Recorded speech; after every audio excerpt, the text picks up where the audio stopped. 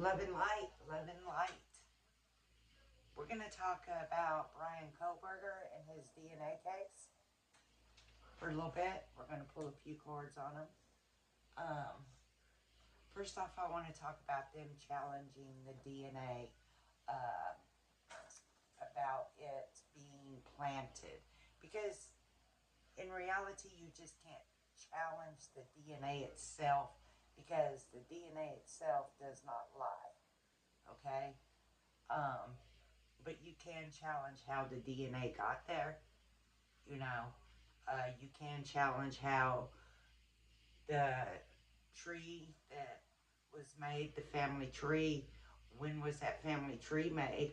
I've heard people asking questions that, oh, that's interesting. They'd like to know when this family tree was made. I can answer that for you. This family tree was made when they received the DNA from Bryan Kohberger's father. It was not made before that DNA. It's just not a family tree that you go on and you make your own family tree and put who who you grew up with as your family. This is true DNA family tree. So in order for them to do the DNA family tree, they had to have his father's DNA first. Then they built the tree. Okay, so that's how that goes in order. I just wanted to be sure I answered that because I have seen a lot of people that wanted to know, like maybe the tree was created before the DNA. That's impossible. If it's a DNA family tree, then the DNA was given to those researchers, and that's how the family tree was made. So, what they did was take his DNA matches, and they built a tree out of that. So that's how that works. Um, I feel like they're reaching. I feel like they're just reaching for straws out there. They really have, I feel like they really have nothing that they can really grab a hold of to and just really fight. So their biggest threat right now is this DNA because, like I said, DNA does not lie. People lie. DNA does not. So that's their biggest threat right now is that DNA. So yes, they're going to fight that to the tooth and nail. Um, I do believe they are grasping for straws. Um, I feel a lot of anxiety with the attorneys on his side. But I also feel like with his attorneys, how they're just grasping for all these straws. They're, fighting this DNA. Um, that they're like putting a hump in the middle of the road. Like slowing the case down. But I kind of see that as a good thing because I feel that while that's being slowed down for the prosecution, in some way that's going to benefit the prosecution if it's that they go over records again and find something that's just very important. It's going to be something else that comes up while this things are going on to slow the case down. So they, will have something out of that. So because sometimes a delay is not a bad thing, and I feel like with them trying to delay things and fight certain things, that it's not really going to be bad for the prosecution.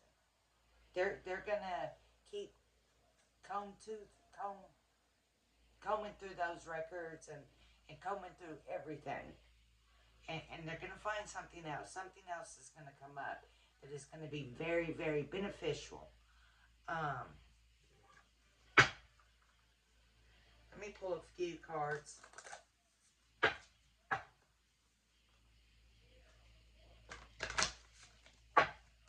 See what we get. You know, that one card reading that I did when it very first happened was really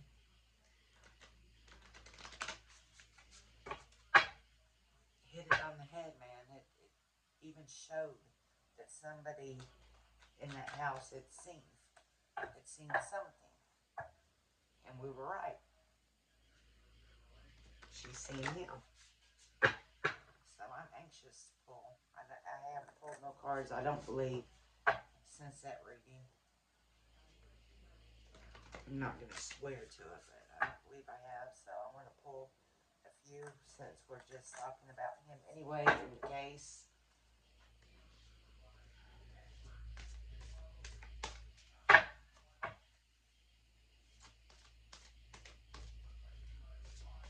And I really don't think that, you know, people are going to, you know, well, Millie got, you know, undecided jury, and I don't think it's going to be that way with Bryan, okay?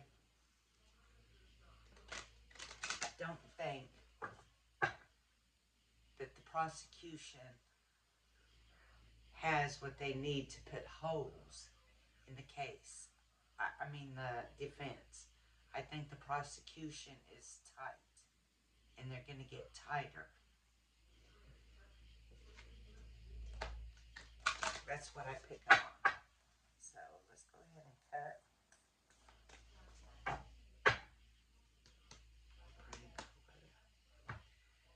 What we get for him.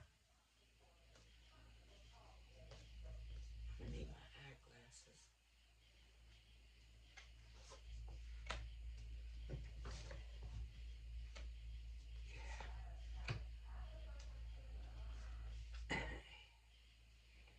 Yeah.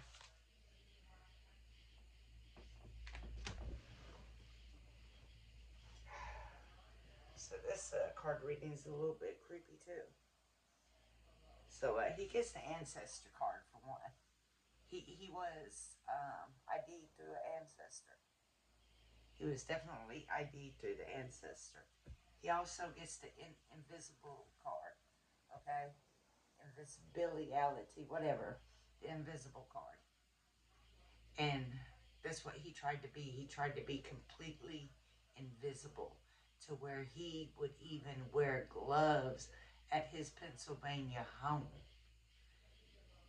And they even found that to be strange.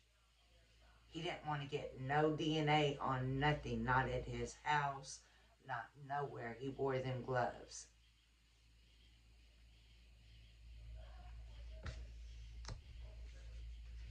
It's the control. He thinks he's in control of this whole situation right now, this second. He's kind of teeter-tottering back and forth on that he's got this case, and then like, whoa, you know, they're coming in with some things. So I do feel that he is sweating and he is worried, but he is all about control and controlling the situation.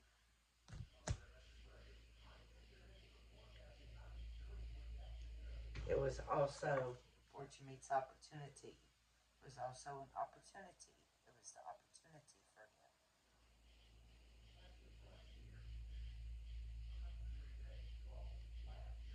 It wasn't a flash of the moment, I'm going to do this real quick. It was an opportunity, which says he's been thinking about it, been wanting to do this, and now the opportunity has arisen.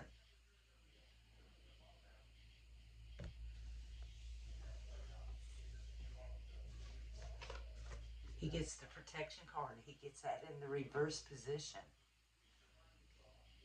In the reverse position. He fucked up. He fucked up when he left his DNA on that button of that knife sheath. He didn't clean that knife sheath, that button case good enough. Because, you know, we shed little things all day long, all day long. And I guarantee you is what happened is that little button case, you know, it's got them grooves. And he's touched it and, you know, there you go. There's that DNA.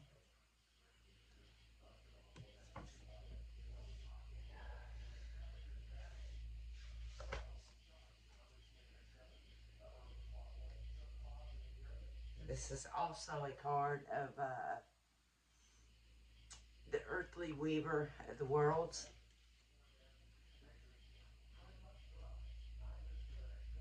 This is a female figure.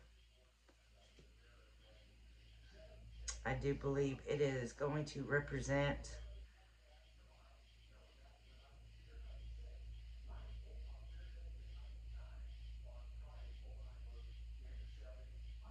I want to say I believe it's Maddie. I would have to go back through my videos and see.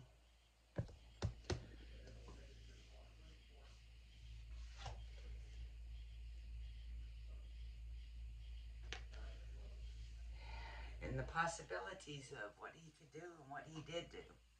So, it was pretty point on for him. So, I'm going to end this video about Bryan Kohberger. And, I just, you know, did want to answer that one question. Because I have been seeing people about it. And the tree was made after the DNA was sent to the genealogist. So I'm pretty big into that kind of stuff. So if there's some questions about that that I would be able to answer. And y'all have a good night. Peace, love, and light.